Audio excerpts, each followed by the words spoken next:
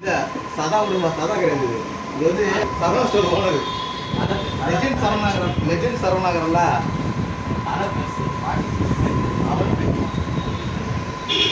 அவன் தான் தலை மட்டும் பெருசா இருப்பான்பா. இப்போ சரி பண்ணிட்டாப்பா அமெரிக்கா மூஞ்ச மாதிரி தான் பக்கா வைட்டான்பா.